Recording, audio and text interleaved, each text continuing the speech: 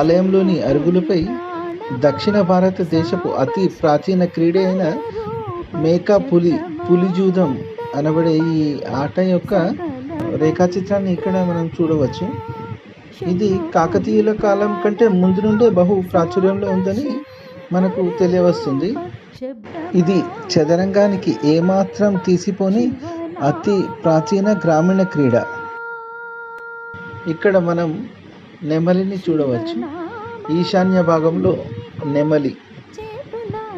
ఇక్కడ ఒకటి రోలు ఉంది, ఆనాటి కమ్యూనిటీ కోసం ఉపయోగించడానికి అనుకుంటాను రోలు. ఇక్కడ ఇంకొక మేకపులి ఆట రేఖాచిత్రం కూడా ఇక్కడ కనిపిస్తుంది.